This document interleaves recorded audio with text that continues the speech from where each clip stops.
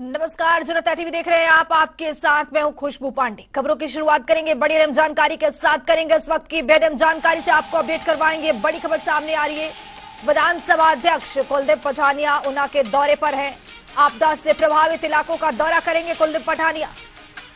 लोगों से मिलकर यहां पर हालचाल जाना।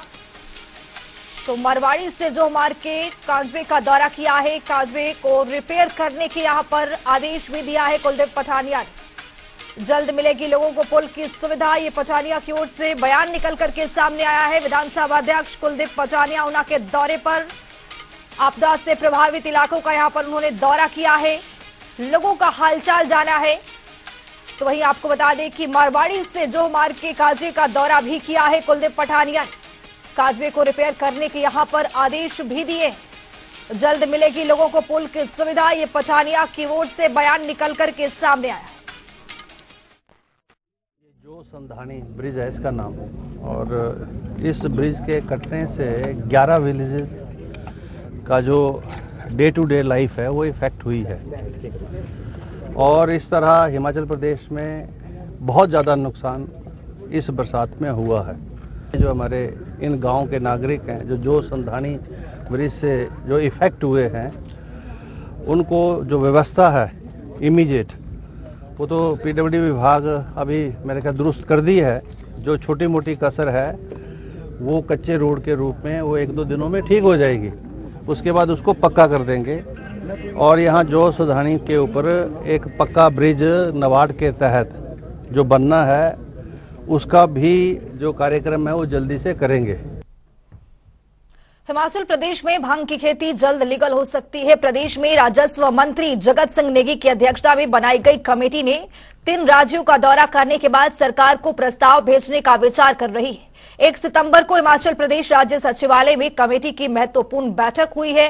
बैठक में भांग की खेती के गैर मादक इस्तेमाल पर चर्चा हुई। साथ ही कमेटी में पाया गया कि भांग से करीब 2500 पदार्थ बनाए जा सकते हैं। इसके अलावा भांग का इस्तेमाल उद्योग और स्वास्थ्य के क्षेत्र में हो सकता है। इससे हिमाचल प्रदेश सरकार की आय में बढ़ोतरी भी होगी।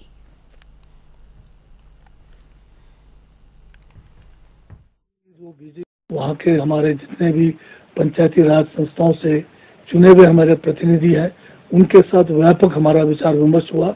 सबकी राय जानने के बाद और जो इसके लिए जो केंद्र का कानून है उसको भी जानने के बाद, और कुछ अन्य प्रदेशों में जहाँ इस बारे काम चला है कैनबिस का, वहाँ जाके स्टडी करने के बाद ये कमेटी इस निष्कर्ष पे पहुंची है कि हिमाचल के लिए कैनबिस और इंडस्ट्रियल हेम्प का जो यहाँ पर प्रयोग करके हम अपनी आर्थिकी को सुदृढ़ कर सकते हैं। और आज जो बैठक हुई उसमें ये फैसला लिया कमेटी ने कि सरकार को जो है हम रिकमेंड करेंगे कि ये जो कैनबिस है, ये जो इंडस्ट्रियल हेम्प है, इसको इंडस्ट्रियल उसके लिए और मेडिसिनल यूज के लिए प्रदेश में इसका जो है कार्य शुरू किया जाए। कांग्रेस नेता राहुल गांधी के चीन की ओर से जारी मैप के लेकर यहां पर बयान के बाद देश में नई बहस छिड़ गई। राहुल गांधी के साथ लद्दाख से लौटे हिमाचल के मुख्य संसदीय सचिव सुंदर सिंह ठाकुर ने कहा कि उन्होंने खुद भी लद्दाख में ग्रामीणों से बातचीत की है। ग्रामीणों का कहना था कि जहां वो 80 से भेड़ बकरियां और पशु चराते थे, अब उन्हें वहां जाने से रोका जा रहा है। उन्हें भेड़ बकरियां और पशु नहीं चराने दिए जाते हैं। स्थानीय लोग खुलकर ये बात कह रहे हैं। इसका मतलब ये हुआ कि चीन ने लद्दाख में भारत की जमीन पर कब्जा कर लिया है।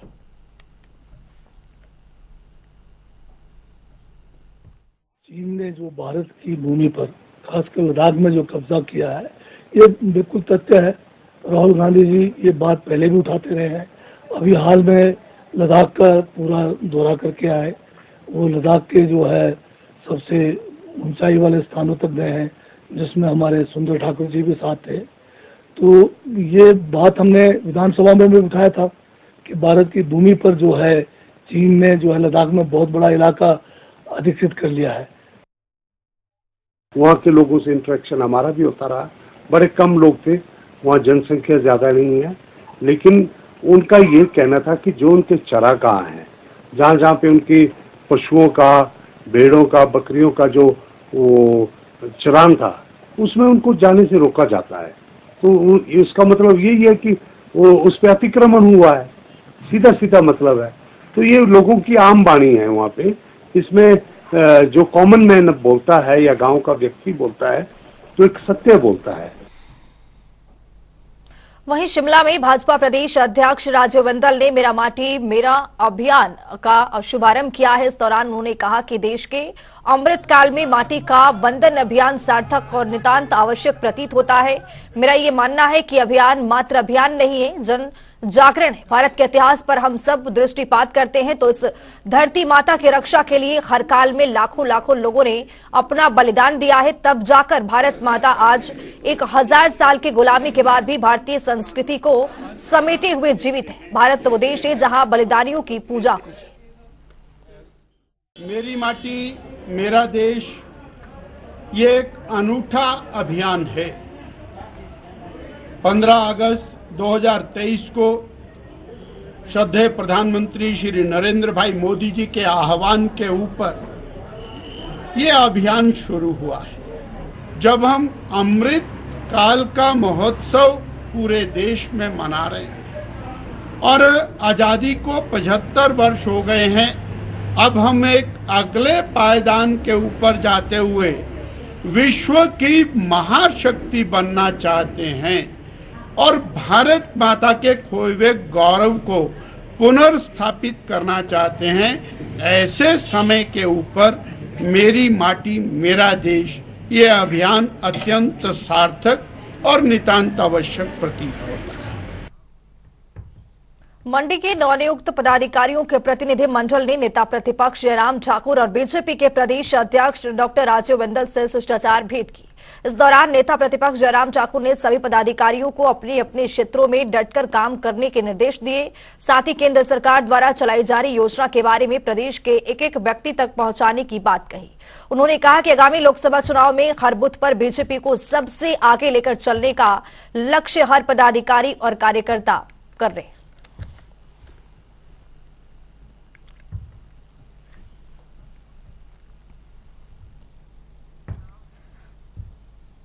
कृषि मंत्री चंद्र कुमार ने ज्वाली विधानसभा क्षेत्र के बाद बाढ़ प्रभावित पंचायतों का जायजा लिया। साथ ही मौके पर अधिकारियों को आवश्यक दिशा निर्देश भी दिए। चंद्र कुमार ने ढेवा पंचायत के बुआड़ी में पूर्ण राज्य में क्षतिग्रस्त हुए 7 मकानों का यहां पर निरीक्षण भी किया। इधर उपायुक्त डॉक्टर निपुण जिंदल ने प्रभावित परिवारों को शीघ्र राहत राशि जारी करने के लिए दूरभाषा और पर निर्देश भी दिए।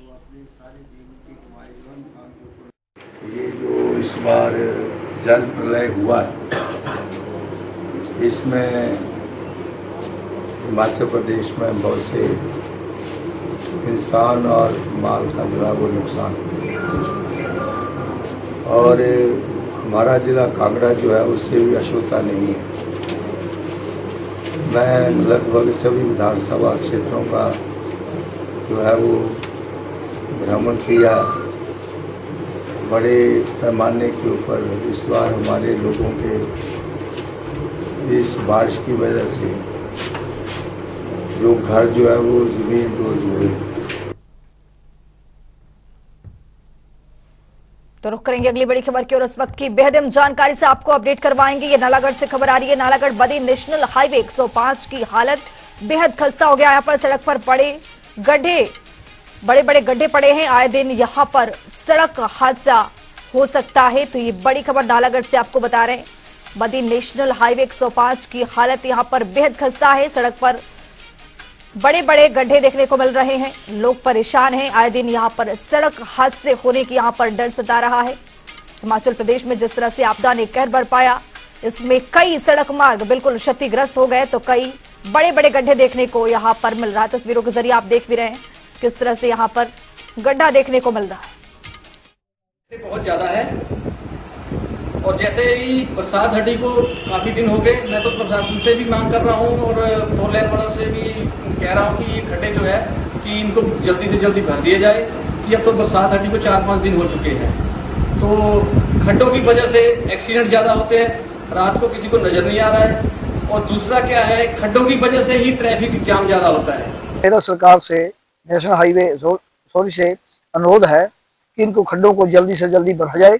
और सरकार से भी मेरी निवेदन है भी इतना पैसा दाएं बाएं खर्च हो रहा है, तो इन खड्डों को अगर भर दिया जाएगा तो किसी गरीब परिवार के बच्चे की जान नहीं जाएगी। यहाँ पर रुकेंगे छोटे से ब्रेक के लिए, बने रहिए जनता टीवी के साथ।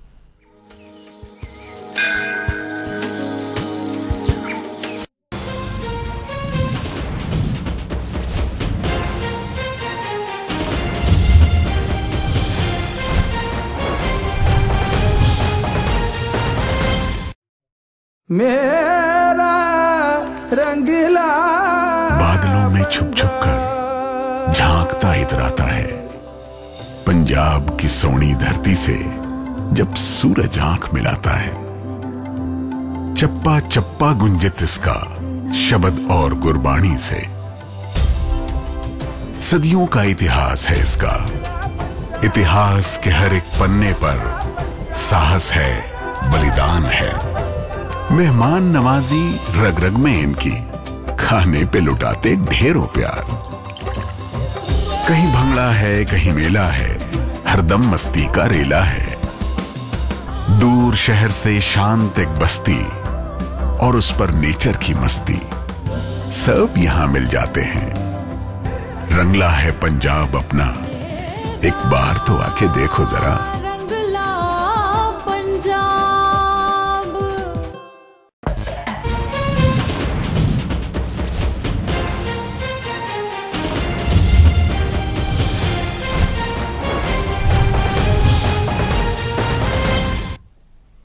ब्रेक के बाद स्वागत है जनता टीवी में। तो चलिए अब रुक करेंगे खबरों की ओर। समर हिल में कालका शिमला हेरिटेज रेलवे लाइन की बहाली शुरू हो गई है, जो 14 अगस्त को बाढ़, भूस्खलन और भारी बारिश के कारण क्षतिग्रस्त हो गई थी। 14 अगस्त को क्षतिग्रस्त हुए इस हेरिटेज टैंक पर स्थानीय निवासी ट्रेन शुरू होने का इंतजार कर रहे हैं। 14 अगस्त को भारी बारिश के कारण आई बाढ़ और भूस्खलन से एक मंदिर क्षतिग्रस्त हो गया है, जिसमें 20 लोगों की मौत हो गई है।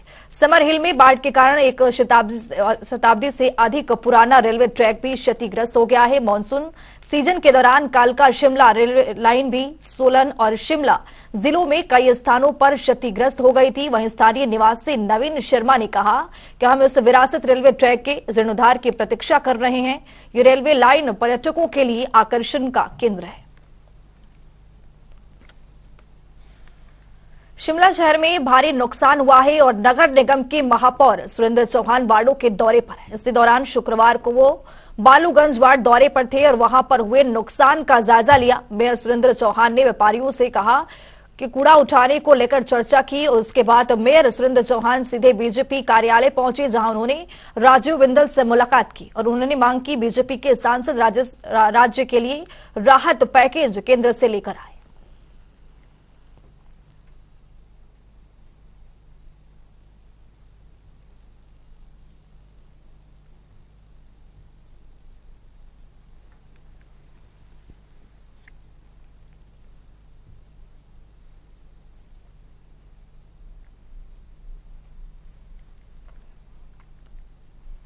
तो वहीं स्वास्थ्य मंत्री डॉक्टर धनीराम शांडिल ने हमीरपुर में आपदा से प्रभावित क्षेत्रों का दौरा किया।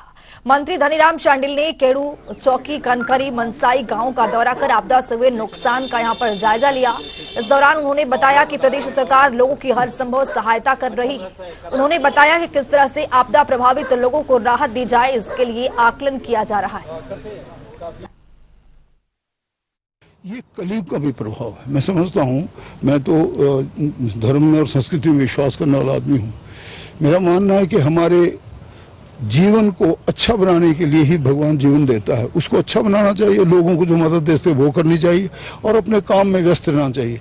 इस प्रकार की जो घटनाएं होती है तब होती है जब हम अपने आप को ये नहीं समझते कि परमात्मा ने हमें किस लिए भेजा है, और उस चीज़ में भूल कर हम सचमुच में किसी न किसी प्रकार के लालच में आते हैं।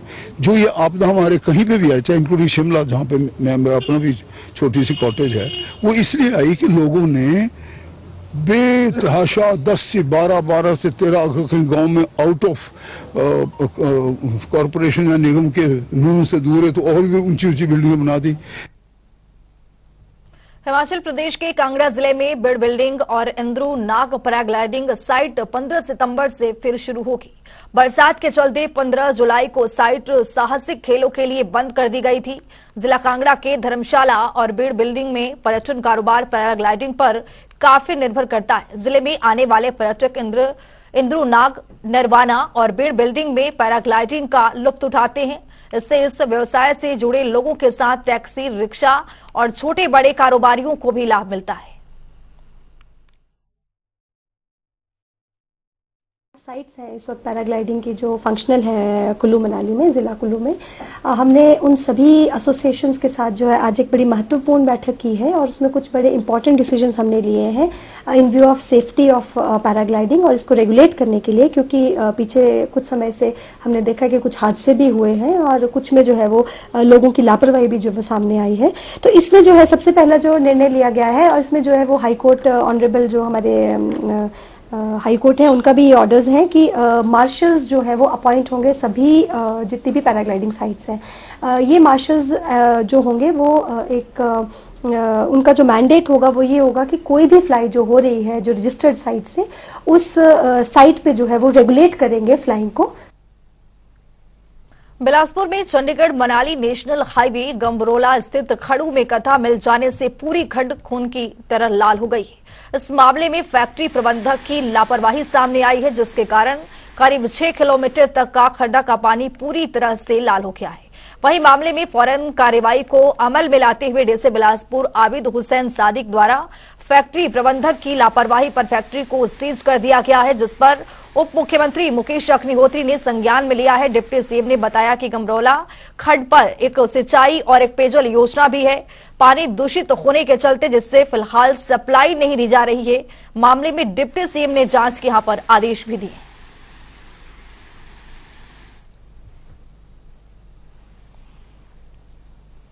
तो चलिए अब रुक करेंगे हिमाचल एक्सप्रेस की ओर। सोलन के स्थापना दिवस के उपलक्ष्य पर देवभूमि टैक्सी ऑपरेटर एसोसिएशन सोलन ने मनाया चालक दिवस। टैक्सी ऑपरेटर ने लोगों को बांटी मिठाई। सोलन के सभी चालक रहे मौजूद। धर्मशाला में पुलिस ने रेड के दौरान पकड़े निषेध ड्रग्स 10 इंजेक्शन को किया बरामद। मामले की जांच में जुटी पुलिस। सोलन में जनवरी से अभी तक स्क्रब टाइफस के 11 मामले आए सामने। अब तक 2 लोगों की हो चुकी है मौत। स्वास्थ्य विभाग ने लोगों को बचाव की दी सलाह। नाहन में स्वच्छता पखवाड़े की शुरुआत 15 सितंबर तक मनाया जाएगा। स्वच्छता पखवाड़ा जेबीटी प्रशिक्षुओं ने शुरू किया सफाई अभियान। नूरपुर में निकाली गई शोभा यात्रा। पिछले 40 वर्षों से सेवा दल नाकनी माथा निकाल रहा है शोभा यात्रा में शामिल रहे बच्चे, युवा और महिलाएं। हमीरपुर जिला बीजेपी कार्यकारिणी की घोषणा। 21 पदाधिकारी सहित 47 सदस्य हुए नियुक्त। सोलन में परिषद कार्यालय में त्रैमासिक बैठक का आयोजन। बैठक में 60 मुद्दों पर हुई चर्चा। बैठक में कई अधिकारी रहे मौजूद। सोलन में आपदा ने मचाई तबाही। प्राकृतिक आपदा से 315 काऊ शेड हुए तबाह। 69 पशुओं की गई जान। पशुपालन विभाग ने नुकसान को डीएम को सौंपी रिपोर्ट। मंडी में टमाटर के दामों में आई गिरावट। बेंगलोर का टमाटर सब्जी मंडी पहुंचने पर आई गिरावट। 100 रुपए से 600 रुपए तक बिक सका टमाटर। जन्मभूमि का दुख बांटने मनाली से सरका घाट पहुंचे चमन कपूर। 100 प्रभावितों को बांटे 15 लाख के टेंट और 3 लाख की राहत राशि। कहा प्रभावितों को घर बनाने में भी की जाएगी हर संभव मदद। हमीरपुर के बालू भचियान गांव में प्रवासी मजदूरों की हत्या। आरोपी ने डंडे से पीट कर व्यक्ति की हत्या। पुलिस ने आरोपी को किया गिरफ्तार। पांवटा साहिब के वाई पॉइंट में बड़ा हादसा। खड़ी कार से टकराई कार। मौके पर पहुंची पुलिस। जांच में जुटी पुलिस। डिप्टी से मुकेश अग्निहोत्री का बयान। राहत पुनर्वास और विकास वर्तमान सरकार का मुख्य एजेंडा। मध्य नगर परिषद के वार्ड नंबर 8 में शिव मंदिर के पास ड्रेनेज पाइप जोड़ने को लेकर हुआ विवाद। प्रशासन और पुलिस की मौजूदगी में डाली गई पाइपलाइन। ड्रेनेज पाइप को जोड़ने को लेकर हुआ विवाद। छलावी की खरोटा पंचायत के वार्ड नंबर 1 के लोग कम वोल्टेज से परेशान। लोगों ने बिजली विभाग के कार्यालय के बाहर किया विरोध प्रदर्शन। शिमला के मल्याड़ से 3 नाबालिग लड़कियां लापता। पुलिस ने मामला किया दर्ज। मामले की जांच में जुटी पुलिस। ठाणे में किया गया दंगल का आयोजन। लोक निर्माण विभाग के सहायक अभियंता और एनपीएसईए राज्य सलाहकार संजीव कुमार अत्री हुए शामिल।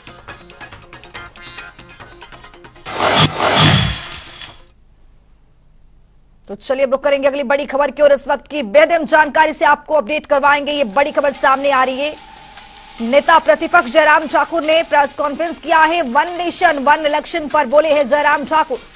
समय और पैसे की होगी बचत, जयराम ठाकुर की ओर से कहा गया है। जयराम ठाकुर ने INDI अलायंस पर निशाना भी साधा। यहां पर गठबंधन से गायब होते रहेंगे नेता, ये जयराम ठाकुर की ओर से बयान निकल करके सामने आया। हिमाचल की आपदा पर बोले हैं जयराम ठाकुर।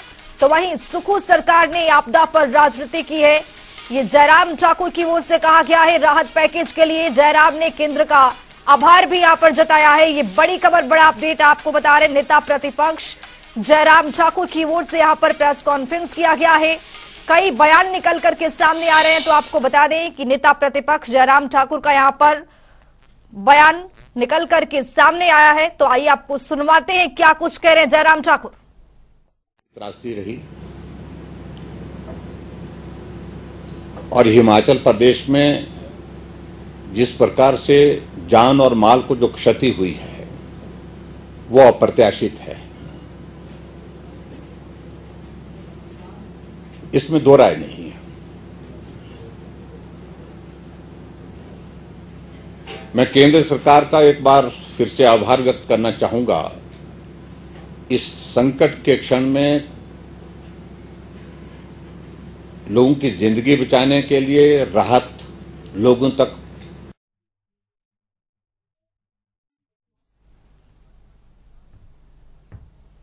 हिमाचल के खास बुलेटिन में अभी के लिए इतना ही। नमस्कार।